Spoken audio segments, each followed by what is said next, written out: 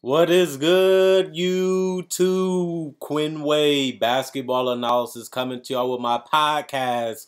We're going to talk about the award winners today. We finally got the last one. We're going to start with Nikola Jokic winning MVP.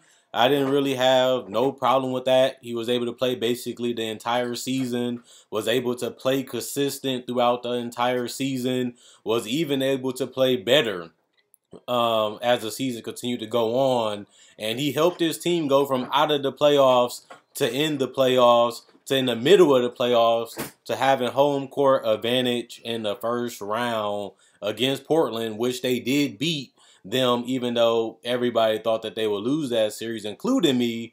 They still was able to get it done without Jamal Murray. And even when Jamal Murray went down, they still had a great record to finish off the season. And Jokic was able to rebound, pass, dominate from the perimeter, shooting high from three, free throws, mid-range, pick and roll, pick and pop. Whatever you needed Jokic to do, he was able to do it offensively, and he was able to do it for the entire season from the jump to the end. Jokic was there more than any other player that was in this conversation, and he was dominant from the jump to the end of the season. No matter what they had around him, he helped them win, even in the playoffs, even though they got swept by the Phoenix Suns.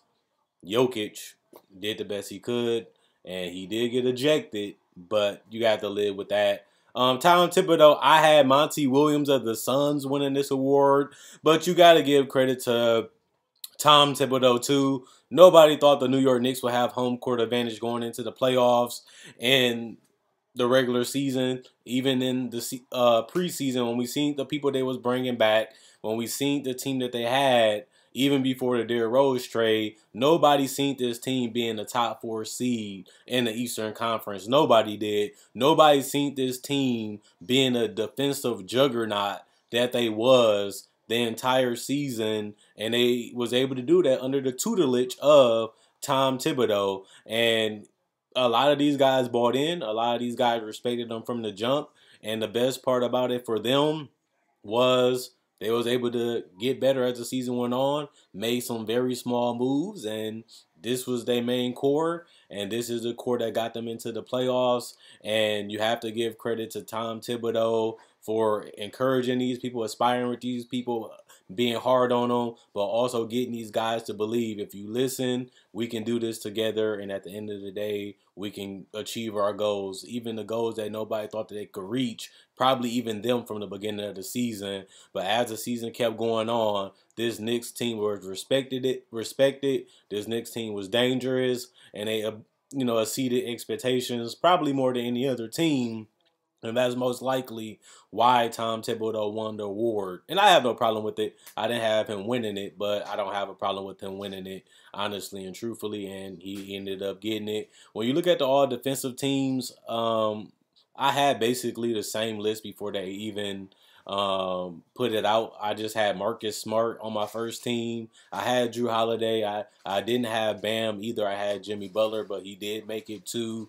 You look at the fact that Giannis made it. I had him on there. I had Draymond Green on my second team, not my first team, and he made the first team. When you look at the defensive team list, these are the best defenders, and Rudy Gobert was Defensive Player of the Year too, and I had him on my first team. I also did have Joel Embiid for my center on my first team, and I did.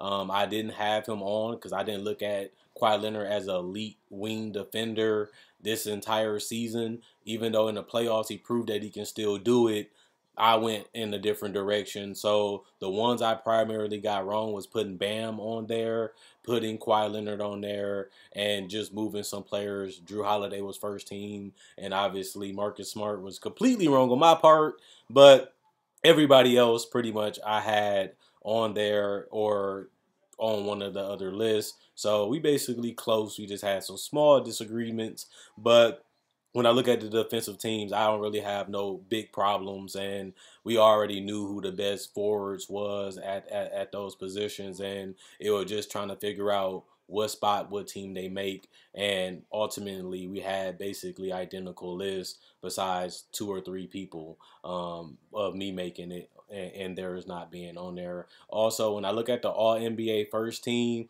mine was completely right. I had Kawhi Leonard, I had Jokic, I had Steph, I had Luka. And I also did have Jokic as my center, so I got that one right. I thought those was the best guards, best forwards, and best center for the entire season, and that was really not even disagreeable to me. Another thing that we had right was the Chris Paul and Dame. I feel like Dame had an MVP caliber season. He had a little bit of a rough patch towards the end of the year, but when you look at his whole body of work in without CJ and things like that, even without Nurkic, and for them to still have a top 6 team in the Western Conference, it just shows you how consistent and dominant Dame been. Steph was flat out amazing. Probably his second best season of his entire career. Jokic was dominant from the jump. Giannis was the best forward this year in the regular seasons because of injuries and stuff like that, but he still was. And outside of Steph, the best guard probably was Luka Doncic, and we even seen that in the playoffs, how good and dominant he can be when he has the ball in his hands, and he's a great decision maker, he's a great scorer, and this guy is ready to take over the league in the future once he gets the talent around him. When I look at the second team, like I said, I had Chris Paul, I had Dame on my All NBA team, so I'm not really surprised that they made it. I'm also not really surprised that Jimmy Butler was able to make it. I had him on my All NBA teams too. I had Paul George also on my All NBA team, so that's not a surprise to me. Joel Embiid, Rudy Gobert had them on mine, so I'm not really surprised about that. On the same teams too. And then you look at LeBron James. I had LeBron on my All NBA team, so that's not a surprise. Julius Randle being on second team is what I disagreed on. I feel like he had a decent start, then he had a great finish. So I put him on my third team instead of on my second team. But when you look at the forwards outside of Giannis and Kawhi Leonard, who I also had on my first team, like I said before, the guards was a little wishy-washy because Jimmy Butler had a bad start, had a great ending. Jason Tatum had a decent season, which I did have him on my team for the second. And it was just a lot of guys really hitting it home in the middle and the end that was able to get them on these teams. But when it comes to Joel Embiid, when it comes to Gobert, those was the givens for the center position outside of Jokic. So I had those right also. And the Chris Paul, Dame, those were two of the best guards in the NBA. So I didn't disagree because I had them on there too. And then also when I look at the third team, the biggest disagreement I had was Kyrie. I had Kyrie, Kevin Durant, and James Harden missing my All NBA teams because Kyrie did miss a lot of the season. He was in and out throughout the entire season. He did have a 50-40-90 season, which is excellent, but he was picking and choosing when he wanted to play. He was out for random reasons. And, other than that, I feel like it was other guards that deserved the spot more than Kyrie. And if they voted him in, it wasn't going to be anything crazy for me, even though I didn't think he was going to get on the team. Um, I'm not really mad that he did because he had one of the most efficient offensive seasons in NBA history, and he was dominant basically when he was on the court. And when I look at the rest of the teams, we basically agree too on all those. So my list was basically similar. Like I said, mine was basically having Paul George on the second team and not having Julius Randle on the second team. I had Julius Randle on my third team, and I did have Jimmy Butler on my third team, so I got that one right. But they put Paul George as a forward, even though he plays a guard position. And I think that's what made ours a little different and a little off because I don't really see how you can have guys that can play those hybrid position when they mostly play one position. But everybody I basically got right outside of Kyrie because I had Randall on mine too, but just on the third team. And I think that you live with the result with that. Donovan Mitchell didn't make it. Devin Booker didn't make it, but those guys are still growing. Those guys are still getting better, and they having great playoffs.